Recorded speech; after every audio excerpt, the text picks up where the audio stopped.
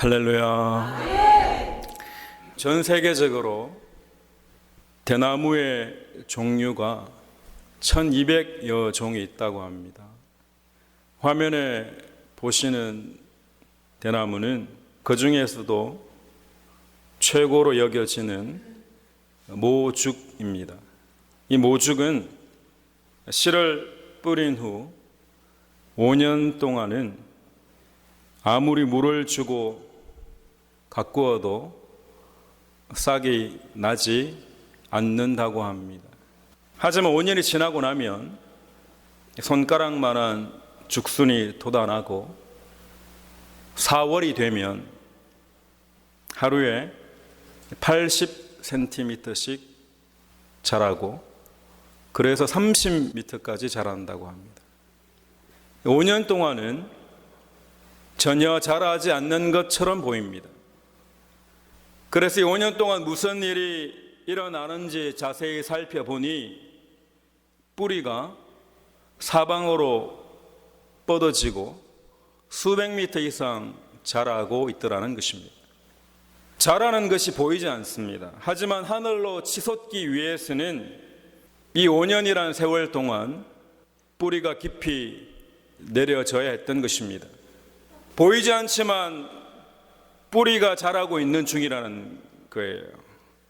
지금 저와 여러분의 눈으로 보이지 않지만, 지금 당장 성과가 보이지 않지만 우리에게도 자라고 있는 것이 있습니다. 영적으로 자라는 것은 쉽사리 보이지 않습니다. 하지만 저와 여러분이 주님 안에서 자라고 있는 줄 믿으시기 바랍니다. 여러분, 영적으로 높이 자라려면 신앙의 뿌리가 튼튼해야 합니다. 뿌리가 튼튼하지 않으면 작은 일에 쉽게 넘어지거나 아니면 작은 일을 하고는 쉽게 교만에 빠져버립니다. 하지만 신앙의 뿌리가 튼튼하면 넘어지지 않고 넘어져도 다시 일어설 수 있는 것입니다. 여러분, 견딤의 길이가 쓰임의 길이를 결정한다는 말이 있습니다. 견딘 만큼, 내가 인생 가운데 견딘 만큼 하나님께 쓰임받는다는 것입니다. 주님 안에서 내가 얼마만큼 인내했느냐가 그 사람이 얼마만큼 쓰임받느냐를 결정하는 것입니다. 뉴펀이 사는 장로교회에 있는 모든 성도님들이 주님 안에서 잘 견뎌내므로 쓰임받기를 축원합니다. 견디지 못한 자는 쓰임받지 못합니다. 모세는 미디안 광야에서 40년을 견뎌냅니다. 매일같이 양들을 바라보며 처가살이를 하는 거죠. 눈으로 보기에는 세월 낭비인 것 같습니다. 왕자였던 그가 지금 도대체 무엇을 하고 있느냐는 거죠. 그런데 신앙의 뿌리가 자라고 있는 중이었습니다. 하나님이 하나님의 사람으로 사용하시기 위해 준비시키는 기간이 있다는 것입니다. 긴 기다림 끝에 이스라엘 민족을 구원하는 민족의 지도자로 쓰임받는 것입니다. 기다리는 것을 좋아하는 사람은 아무도 없습니다. 하지만 모두에게는 기다림의 시간이 필요하다는 것입니다. 성경을 자세히 보면 하나님께서는 언제나 기다림 가운데 일하셨습니다. 기다림 없이 일이 성취되는 것은 아무것도 없었습니다. 십자가에 달리시고 부활하신 주님이 성찬하시고는 성령 하나님을 기다리라고 말씀하시는 거예요. 아브라함도 사라도 야곱도 요셉도 다윗도 세례요한도 끊임없이 기다리고 또 기다려야 했습니다. 노아가 방주를 만들어 놓고는 끊임없이 기다리고 기다려야 했습니다.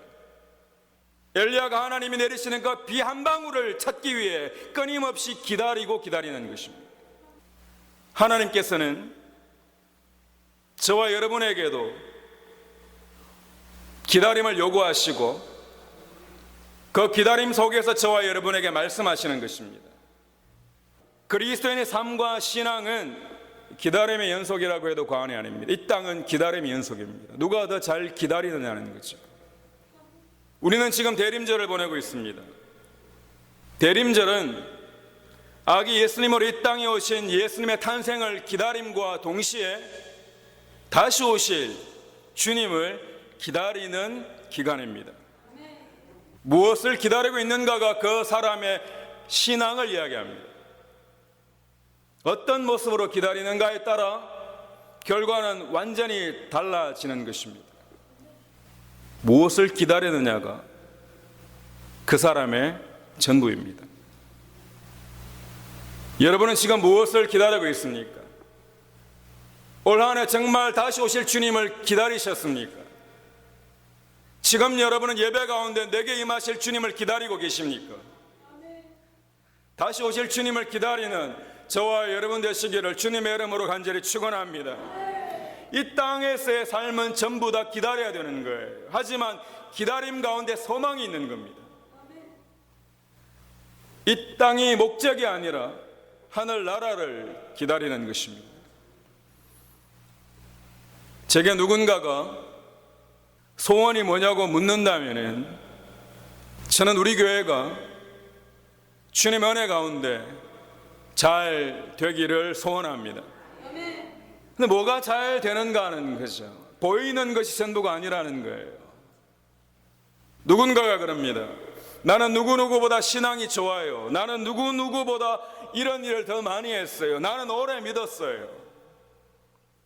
이런 것만을 자랑하는 것이 아니라 누가 뭐라고 하든지 오늘 하루 내가 하나님의 은혜로 살아내기를 축원합니다. 내가 내 자리에 서서 하나님의 은혜로 살아야 합니다. 내가 살아야 합니다. 여러분이 하나님의 은혜로 살기를 축원합니다. 조금 믿으면 다른 사람을 평가하는 데에만 급급해요. 아니에요, 여러분. 내가 오늘도 주님을 기다리고 주님의 은혜로 살기를 축원합니다. 주님께 감사하며 그렇게 살아내야 되는 거죠. 보이지 않는다고 실망하지 마십시오.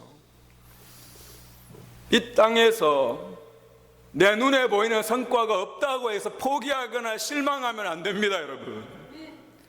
이 땅이 전부가 아니에요. 때가 되면, 주님의 때가 되면 하나님께 쓰임받는 줄 믿으시기 바랍니다. 우리의 온전한 영광은 이 땅이 아니라 하늘 나라에 있는 거예요. 주님 다시 오시는 그 나라에 평가되는 겁니다. 지금 여기에서 드러나는 성과로만 놀아나기 쉬워요. 그래서 조급해지고 불안해합니다. 아니에요. 요셉이 애굽의 국무총리가 되어 애굽과 주변 나라들 그리고 이스라엘을 구원하는 자로 쓰임받기까지는 기다려야 했습니다. 노예가 되기도 하고 죄수가 되기도 하고. 그런데 다행인 것은 그 기간 동안 하나님의 신실하심을 한 번도 잊어버리지 않았다는 거죠. 여호수아가 모세의 뒤를 이어 이스라엘의 지도자가 되기까지는 모세의 시종의 삶을 삽니다. 종으로 사는 거죠. 묵묵히 기다리는 겁니다. 다윗이 이스라엘의 왕이 되기까지는 목동의 시간을 그리고 도망자의 시간을 보내야만 했습니다. 하나님 내게 기름 부으셔놓고는 왜 나를 이 모양으로 이 지경으로 만드십니까 하지 않고 그 가운데 함께 하시는 하나님을 또 기다린 겁니다. 하나님 안에서 기다릴 수 있다는 것은 저와 여러분이 믿음이 있다는 거예요. 여러분 어떤 상황 가운데에서도 주님의 은혜를 더욱 간절히 기다리는 우리의 삶이 되기를 축원합니다. 성경은 잘 기다린 사람과 그렇지 않은 사람을 비교해서 보여줍니다. 기다리지 못하고 조급한 마음을 가진 사람들도 있습니다. 아버지가 돌아가시기도 전에 자신의 재산을 챙기기 바빴습니다. 아버지는 안중이 없습니다. 내 재산만 챙기면 되는 거예요. 그리고는 집을 나가버립니다. 결국 이 아들은 모든 것을 다 잃어버리고 나서야 그제서야 아버지와 아버지의 집을 생각합니다. 믿음의 조상 아브라함도 하나님의 약속이 길어지게 되자 기다리지 못합니다. 하나님의 약속을 기다리지 못하고는 사라가 아닌 몸종 하가를 통해 이스마엘을 낳게 됩니다. 하나님이 아브라함에게 아들을 분명히 약속하셨음에도 불구하고 10년이 지나도록 그 약속이 성취되지 않는 거예요. 여러분은 어떻게 하시겠습니까? 왜 빨리 주시지 않느냐고 날마다 원망했을지도 모릅니다. 아들을 주신다고 약속하셨으면 빨리 주셔야 할 것인데 그렇지 않았습니다.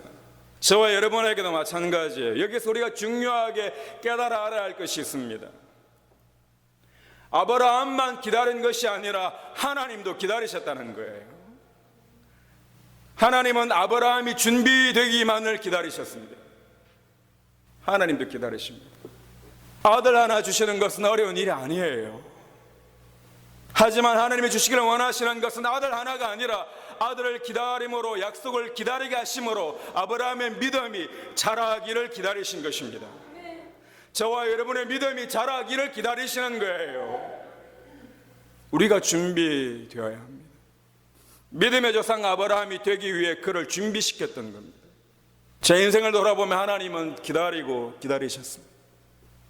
제가 이 지역에 와서 목회하는 동안 하나님은 또 기다리고 기다리시고 계십니다.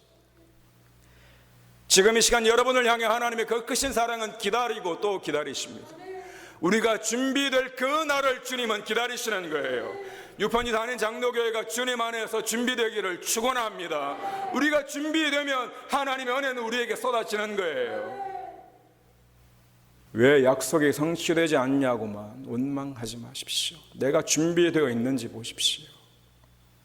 여호와 하나님은 병고침을 주시는 것도, 저와 여러분에게 물질을 주시는 것도 너무너무 쉬운 일입니다. 우리 인생 가운데 일어나는 모든 문제를 해결해 주시는 것은 전혀 어려운 것이 아니에요. 그런데 저와 여러분의 믿음이 자라기를 기다리시고 또 기다리십니다. 저와 여러분을 로봇으로 만든 것이 아니라 자유의지가 있는 인격으로 만들었기 때문에 우리 마음 바꾸는 게 하나님 입장에선 제일 어려운 겁니다. 이 고집쟁이를 어떻게 할까 하는 거예요. 자기만 잘났다고 하는 이거 어떻게 해야 된다는 거예요. 기다리고 또 기다리시는 거죠. 여호와께서 기다리시나니 이는 너희에게 은혜를 베풀려 하시며 일어나시리니 이는 너희를 긍휼히 여기려 하심이라. 대저 여호와는 정의의 하나님이심이라. 그를 기다리는 자마다 복이 있도다. 하나님의 은혜를 기다려야 합니다. 하나님은 저와 여러분을 기다려주시고 또 기다려주시는 것입니다. 우리가 변화되기를 또 기다리시고 또 기다리시는 거예요. 우리 안에 주님의 사랑이 가득하는 그 순간까지 또 기다리고 기다리시는 거예요. 이스라엘 백성들이 하나님을 기다리지 못하고 불안해합니다. 불안해해서 애굽에게 달려갑니다. 조급한 마음에 하나님이 아니라, 하나님의 약속이 아니라 애굽을 선택합니다. 지금 당장 눈앞에 일어나는 국제 정세만 보고는 불안하고 초조했기 때문입니다. 그런 이스라엘 백성, 유다 백성을 향해 하나님은 그러나 너에게 은혜를 베풀려 하시나. 우리가 급하면 하나님이 아니라 세상과 손을 잡으려고 합니다. 그런 인생을 살아왔을지도 모릅니다. 그러나 여호와께서 저와 여러분이 다시 돌아오기를 기다리고 계십니다. 하나님을 기다리는 자에게 복이 있을지어다. 하나님의 은혜를 기다리는, 하나님 약속하심을 믿고 기다리는 그런 저와 여러분 되기를 주님의 이름으로 간절히 축원합니다. 문제가 생기면, 그리고 이 문제가 당장 해결되지 않으면 우리는 불안하고 급해집니다. 그래서 엉뚱한 것을 선택해 버리기도 합니다. 이걸 선택하기 전에, 급한 마음으로 선택하기 전에 우리는 자신의 마음을 보아야 합니다. 나는 지금 하나님의 은혜를 기다리고 있는가? 사람들에게 칭찬받을 만한 길이 아니라 하나님 보시기에 좋은 길을 선택할 수 있는 지혜가, 그 결단이, 그 용기가 저와 여러분 가운데 있기를 축원합니다. 우리 신앙이 자랄 수 있는 길을 선택해야 됩니다. 조금 힘들어도 말씀 앞에 나아가는 길을 선택해야 됩니다. 여러분들의 삶을 영적인 눈으로 바라볼 필요가 있습니다. 올 한 해를 생각하시면서 도대체 나는 뭘 했나? 눈에 보이는 것을 찾지 말고 내 속사람이, 내 신앙의 뿌리가 얼마나 내려진 한 해였는지, 내가 주님께 더 가까이 간 한 해였는지, 주님 없이는 살 수 없습니다의 고백이 날마다 되어지는 한 해였는지 돌아볼 수 있기를 원합니다. 시편 40편에 보면 다윗이 고백합니다. 내가 여호와를 기다리고 기다렸더니, 내가 기다리고 기다렸더니 귀를 기울이사 나의 부르짖음을 들으셨도다. 나를 기가 막힐 웅덩이와 수렁에서 끌어올리시고 내 발을 반석 위에 두사 내 걸음을 견고하게 하셨도다. 다윗은 지금 죽을 것 같은 순간이에요. 기가 막힐 웅덩이와 수렁에 빠져있는 자신을 고백하고 있습니다. 누군가가 건져주지 않으면 나을 수 없는 곳이 바로 수렁이고 기가 막힐 웅덩이입니다. 그런데 그곳에서 하나님이 나를 건져주셨다는 거예요. 저와 여러분을 건져주실 줄로 믿습니다. 우리가 너무 마음이 아플 때 주님이 건져주실 줄로 믿습니다.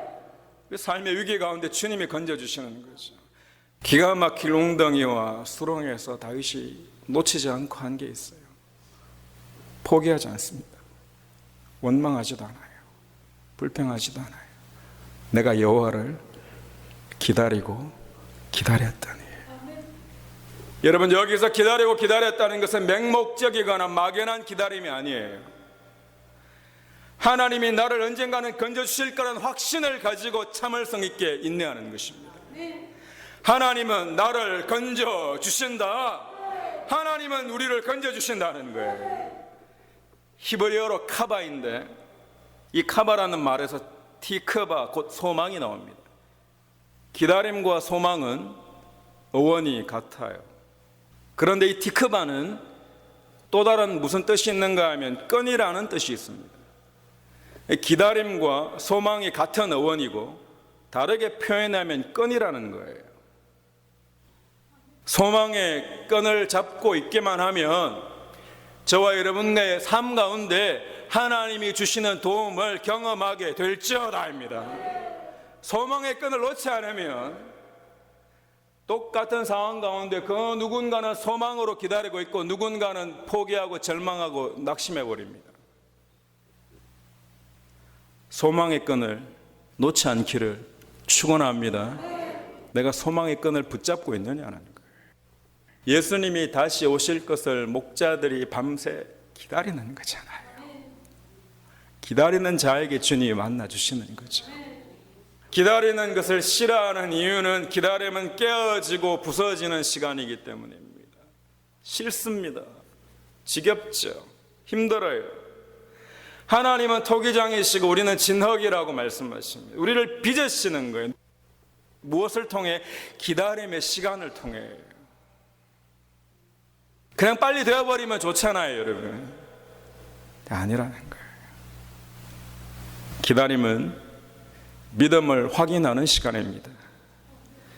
기다림이 길어질수록 믿음이 더 흔들려버리고 어떤 사람은 그 기다리는 동안 주님을 떠나버리죠.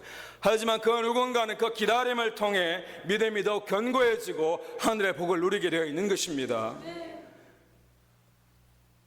성경에 보시면 잘 기다리는 자들은 성령 하나님의 도우심을 의지하는 자들이었습니다. 예수님이 오실 것을 기다리는 거죠.